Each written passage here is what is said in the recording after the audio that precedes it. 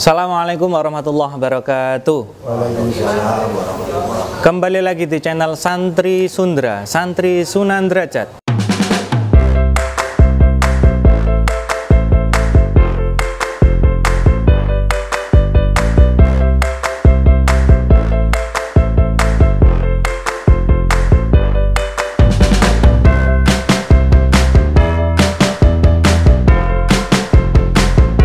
Alhamdulillah kita masih bisa bertemu lagi di program favorit kita, yaitu Ngelopo, Ngobrol Ulan Poso bersama Ustadz Sutopo.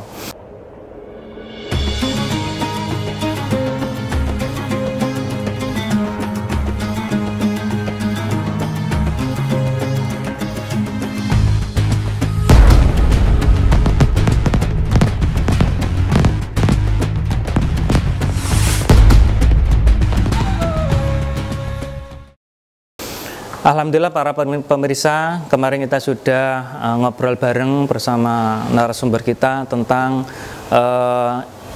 Islam adalah akhlak, ya, akhlak adalah Islam, yang mana hasil ataupun buah dari kita beribadah, beramalah kita, yaitu kita mewujudkan dalam perilaku kita yang dinamakan dengan akhlak. Kemarin kita sudah membahas yang namanya dengan akhlak kepada Allah, itu apa saja. Tentunya itu merupakan suatu ilmu yang baru untuk kita semuanya, bagaimana kita berhubungan dengan Allah agar kita semakin baik dalam beribadah. Mungkin selanjutnya kita akan bahas lebih dalam lagi, akhlak apa lagi yang perlu kita ketahui dan perlu kita jadikan pedoman dan teladan kepada hidup kita. Baik, langsung saja kita sapa narasumber tercinta kita kepada Ustadz Sutopo. Assalamualaikum Ustadz Sutopo. Waalaikumsalam warahmatullahi. Bagaimana kabarnya? Alhamdulillah. Alhamdulillah Ustadz Sutopo. Kemarin jenengan sudah menyampaikan, kita ngobrol bareng tentang akhlak yang memang merupakan pondasi utama kita dalam hidup di dunia ini. Betul. Yang pertama, jenengan menyampaikan bahwa kita pondasi yaitu akhlak kepada Allah. Ya. Sebagaimana kita mengatur hubungan kita dengan Allah itu harus ada tata caranya, yaitu akhlak. Nah, mungkin setelah ini akhlak apa lagi setelah kita sudah melaksanakan akhlak pada Allah? Nah, mungkin bisa jenengan jelaskan. Monggo. Terima kasih. Bismillahirrahmanirrahim. Sebenarnya kita bicara akhlak itu kan menyatu. Cuman kita supaya gampang memahami kan kita pilah-pilah itu. Sebenarnya perbuatan itu kan satu loh.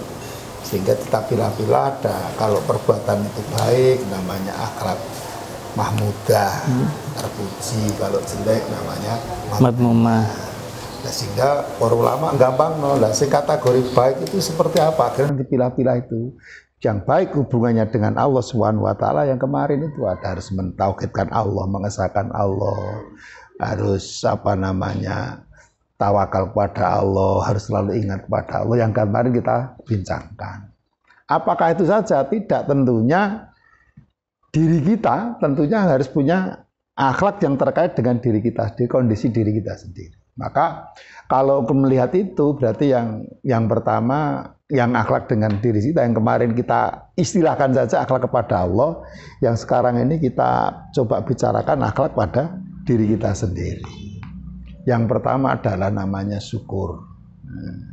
Jadi orang yang berakhlakul karimah, orang yang punya akhlak mahmudah, itu mesti harus selalu bersyukur kepada Allah Subhanahu wa taala.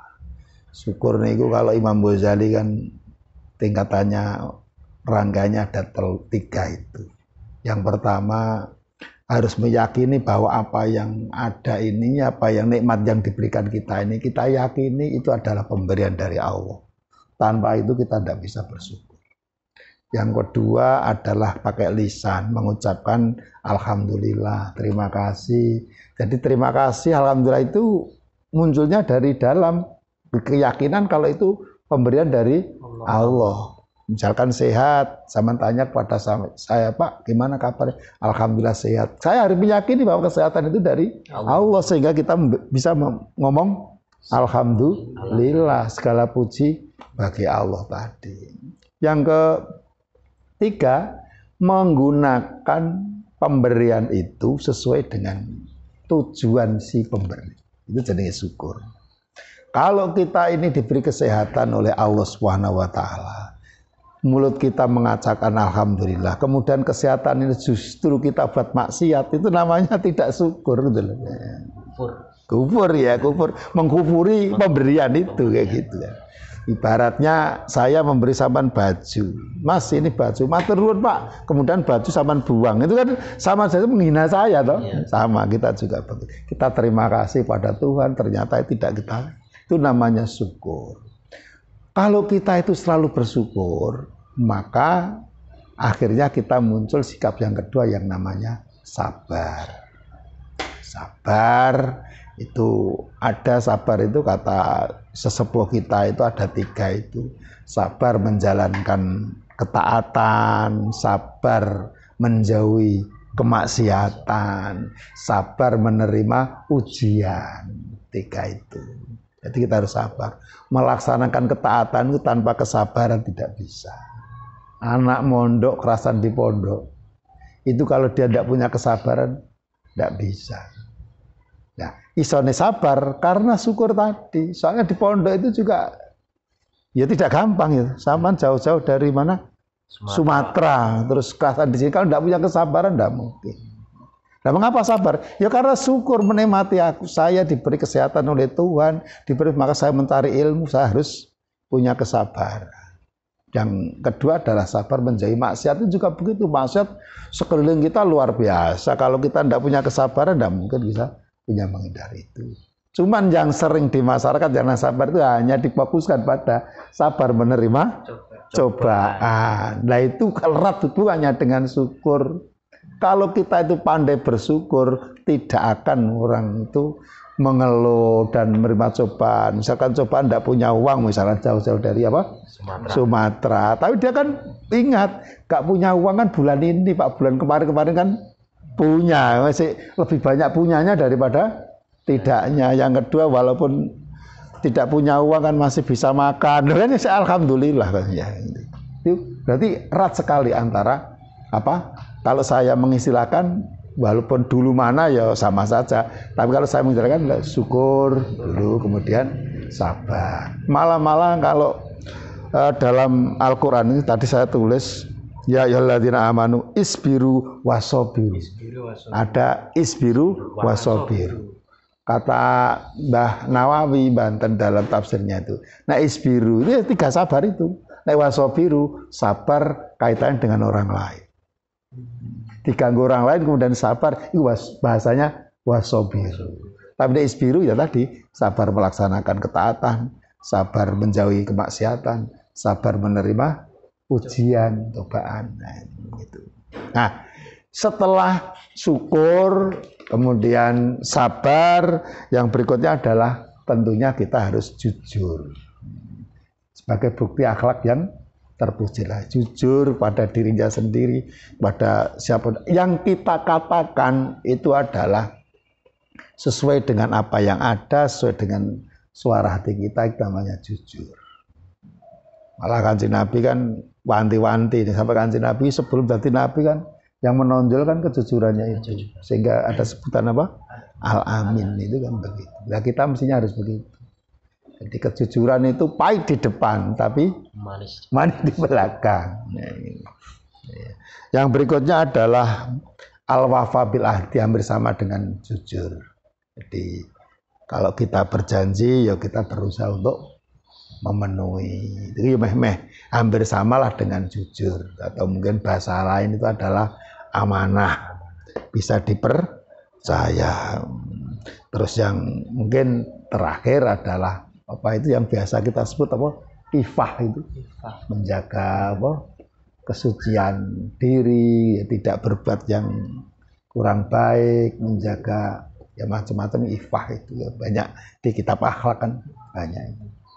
Jadi singkatnya seperti itu kaitannya dengan akhlak pada diri kita sendiri. Paling tidak kita munculkan selalu bersyukur kepada Allah Subhanahu wa taala. Kita latihan bagaimana bersabar. Dalam konteks Quran itu kalau saya ramesin keberhasilan seseorang itu sepertinya tidak ada yang tanpa kesabaran. Saya kira itu yang sebagai pengantar.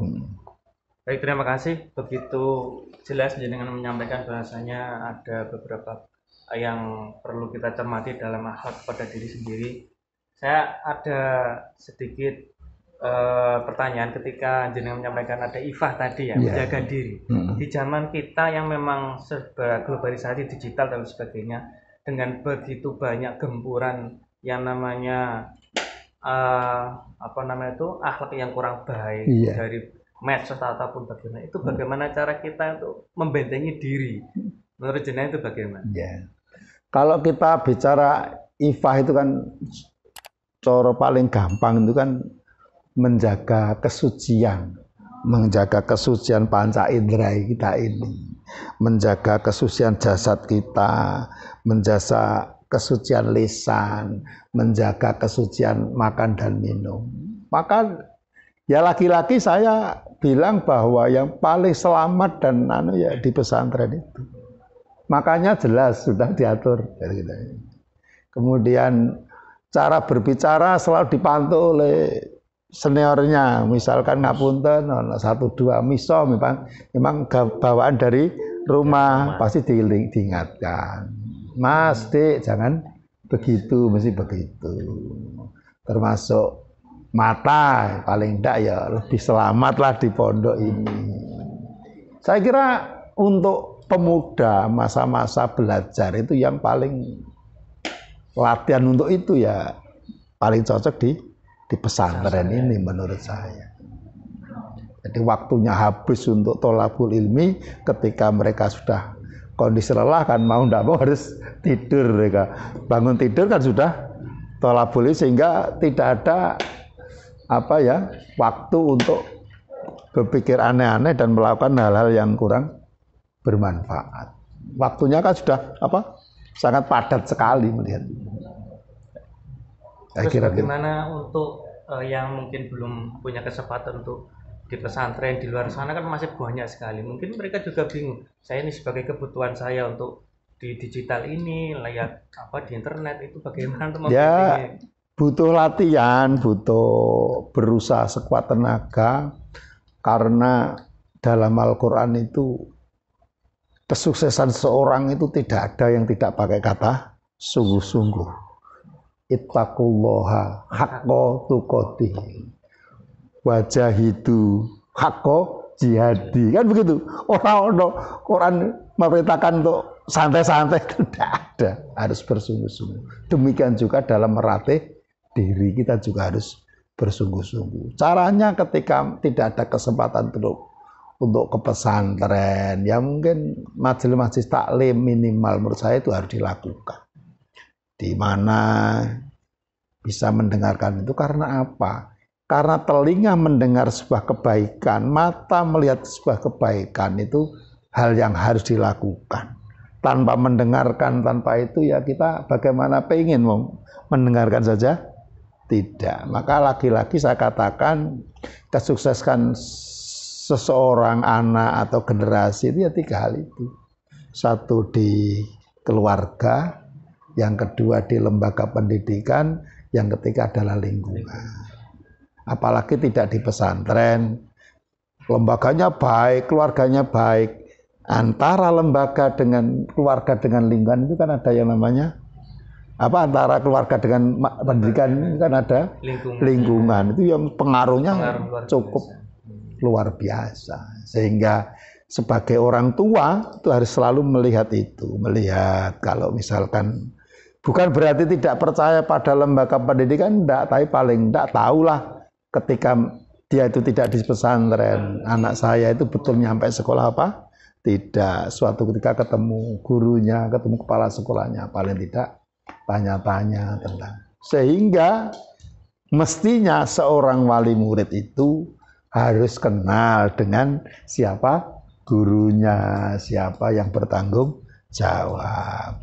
Ya sekedar kalau berangkat dari rumah itu jam 7, paling enggak ya kita pastikan tahu kira-kira anak itu nyampe sekolah itu. Ya itu tidak harus diikuti kan. Bisa juga zaman sekarang kan boleh lewat komunikasi. Jadi saya ulangi lagi, menurut saya latihannya ya ketiga unsur itu, kita latih.